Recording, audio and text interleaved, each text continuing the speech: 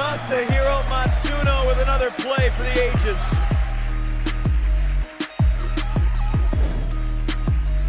Valeria looking long.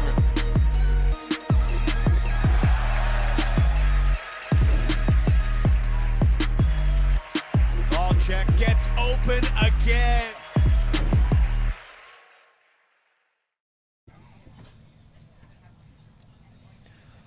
One and a half days down, 6 to go here at the World Ultimate Championships as the sun sets on Sunday night here in the Gold Coast. And what a day of competition we had. Ian Toner alongside Steph Rapazzo and Hannah Pendlebury. Some warmth, some wind, excellent competition. With the exception of the open division that largely went to chalk, we also had some surprises. Yeah, some surprises all around. What was great to see, but after 8 years of absence, the championship is back here, all the way down under. The local vibe and ambiance, something to really get behind here. All the Australian games having big, boisterous sidelines, really feeling the local love for their teams and the level of play, generally speaking, after the absence again, just lifting at every level from strategy to athleticism. We're seeing it across all divisions that way. And one of the really key things for all the teams to have to manage today was, of course, the heat. We are expected to have those hot first 3 days to start the tournament off. And, of course, the extra heat delays, the breaks in the middle of the games as well, just to keep things cool. But the play was hot, hot, hot. So let's dive into some of those results. And I want to start with the women's division because, Hannah, you had your eye on a spicy contest between the GB women and the Chinese Taipei women. Absolutely, Ian, and we have an interview coming up, but of course that 15-13 result with not just the one but two 15-minute points in the eventual finish on that one.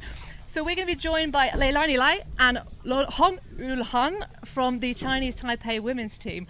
So tell us about your team and this Chinese Taipei gathering of athletes for the World Championships.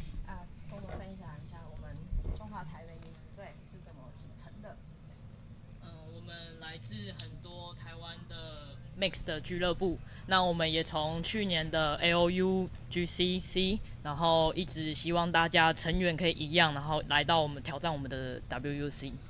Yeah, we came from a lot of different backgrounds.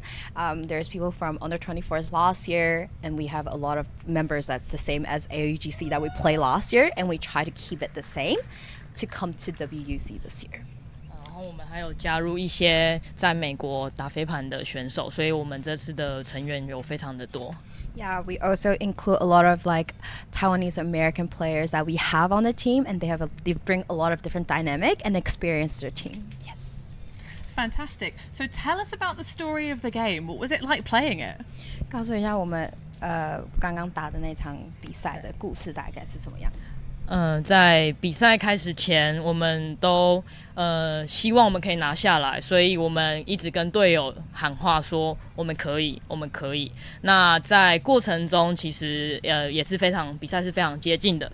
那我们从中场过后，我们有提醒我们的队友需要多一点的防守的强度，需要一直黏着他们，逼迫他们失误，然后我们才能成功。那最后的时候，虽然很累，两边都很累了，但是我们有坚持住。完成最后一分。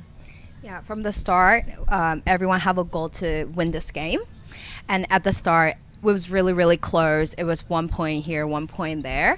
So we tried to do our best. And after halftime, what we keep telling our teammates, like, we can do it, we can do it. And we try to have very tight defense, play tighter defense as best as we can, because both sides really tired at that time. It's more about the mental game that we're playing here, and it's all about driving that. We can do it, we want to get this, and at the end of it, we killed it, we nailed it. Yes.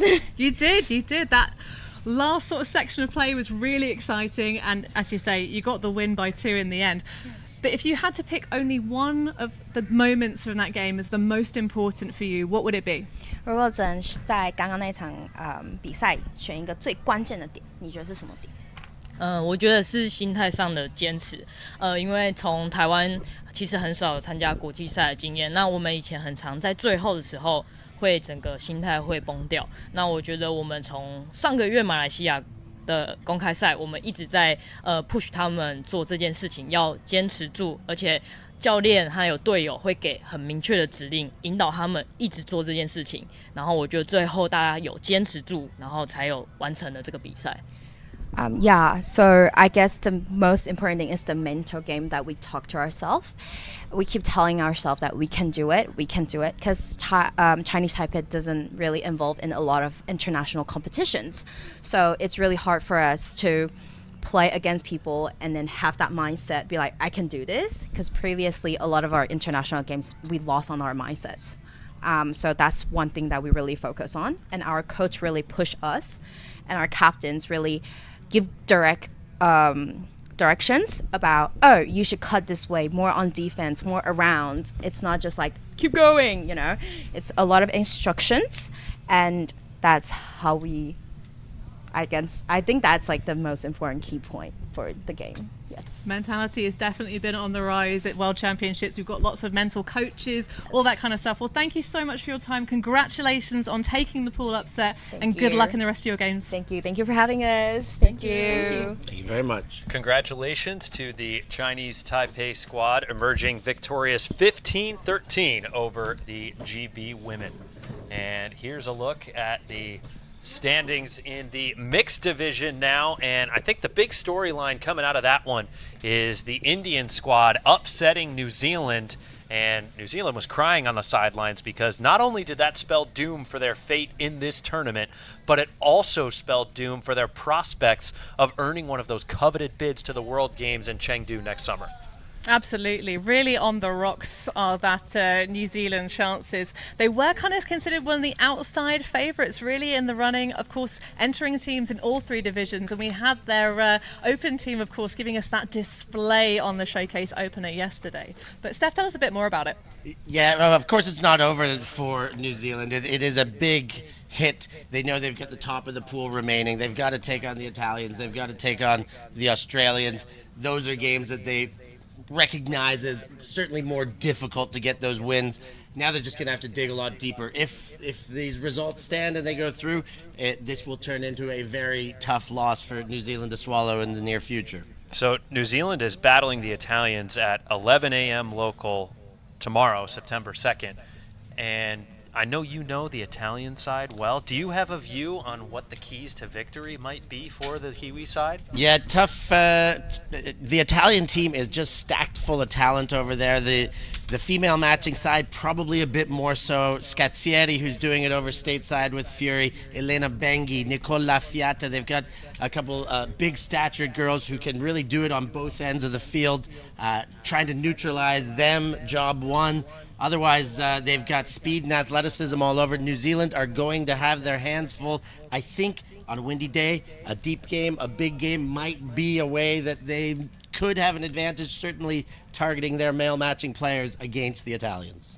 And they'll have a European on the inside. Of course, New Zealand mix have got Jess Chambers playing alongside them, originally an Irish national player, so you know a little bit of insight may be coming in from that side. Yeah, Chambers, an excellent performance as New Zealand fell short against the Aussies right here on this showcase field just a few hours ago. Let's take a look at some of the other big picture storylines. We've taken you through GB mixed getting upset. We talked about New Zealand. There were no upsets in open pool play, so that honestly sets up a number of really spicy 1v2 matchups in the men's division tomorrow. I beg your pardon, the open division. Not sure if we can get a look at the open division pool standings, but US, GB, and a slate of others come to mind. Yeah, you look at the top of these, Belgium, Japan, France has been so good in that pool, but it does line up just the same. Belgium, Japan at the top, Canada, Colombia, Australia, Germany, all of those fighting for the top of the pool, and those games to stay out of the bottom just as important, but everything very cut and dry there in the open division. And the United States campaign started this morning at 9 a.m. local. They battled the Austrian side, and it wasn't the cleanest, most picture-perfect effort, but ultimately they displayed their defensive dominance and why they are the favorite in that division. Yeah, the U.S. staying dominant in the open division, most certainly. They were, you know, Austria threw everything at them and probably had as good of a game as they could have. Jakob Dunschön, we just saw catching a goal there, was huge for the Austrians, but really hard to slow down this American team. They are firing on all cylinders, and I think we got a bit of the same happening in all three divisions. U.S. are cruising. Yeah, I was hanging out on one of the USA mixed sidelines with some of the supporters for the Australians, and they were just admiring some of the cutting ability, especially of some of these bigger athletes. You know, that real commitment to the conditioning and the speed and agility work that we're seeing out of so many of these nations. But it's really impressive, and certainly the Titans with the target on their back. Steph, I think we were having this conversation during that US-Austria broadcast. There's a place for the scoopers, there's a place for the hammers, the creative throws, but at the end of the day, if you just have the fundamental cutting patterns and systemic discipline in place, there's not much that any team can do to stop it. And right now the Americans have that advantage, but I think other countries can take that lesson and internalize it. Yeah, we were saying as I think boring Ultimate wins games was how that conversation started, and you know, at the end of the day, nothing boring about it. It is a very exciting brand of Ultimate, but they are doing the fundamentals, sticking with the simple stuff, taking what's available. Their structure puts them in a good position, and their overall athleticism lets them take advantage of the structure they set up. Well, and it does really make a difference at championship level. My mind goes back when we talk about structure and those really well-honed connections and discipline to Germany World Games back in 2022. They came out with the best preparation, the best systems, the kind of cohesion. And I mean, I got to call that game with the upset against the USA, which between us was called as maybe a bit of a soft call that, you know, that one's just going to go to tape, and we got a spoiler. Yeah, these World Championship tournaments, World Games tournaments, you can't overlook any opponent. You do so, that's at your own peril. We've got an exciting slate of broadcasts coming up tomorrow. We've set the table, especially in the Open Division. Any dominant thoughts or particular things you're looking forward to as we keep our eyes on Monday competition? I'm really excited for when we actually get out of the pools and into the power pool stages. That's when the tournament starts to really develop. But of course, before then, we've got plenty of matchups. I do believe we're featuring that USA Great Britain Open Division game. Now, that's going to be a heckin' one. Of course, Great Britain, well, clubs last time out ended up with a Clapham bronze and lots of crossover from that roster. So high hopes for that European side. I also caught a bit of the Belgians as well for that Open Division. But talk us through the other ones. What are we excited for in mixed? I was going to go into women's actually just for a second there before we go to mix, but the one result that jumped off today that I didn't get to see was that Canada did get Germany by I think it was 4-14-10, and everybody's talking about the clear-cut 1-2 in Colombia, US. I think I personally had in my mind maybe it is Germany, the European champs, they could do something. Let's not forget about Canada. They just beat Germany handily enough. I want to get to the bottom of exactly what went down in that one.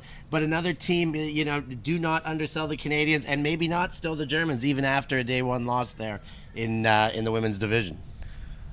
Well, thank you so much for joining us here on Ultiworld's live post-game show. We'll have plenty of coverage and live broadcasts coming your way. If you're curious about our broadcasting schedule, keep your eyes on the Ultiworld social media channels and ultiworld.com. For Hannah Pendlebury, Steph Rapazzo, and our entire crew, I'm Ian Toner. Thanks so much for joining us, and we can't wait to bring you more action live from the Gold Coast. It's the 2024 World Ultimate Championships.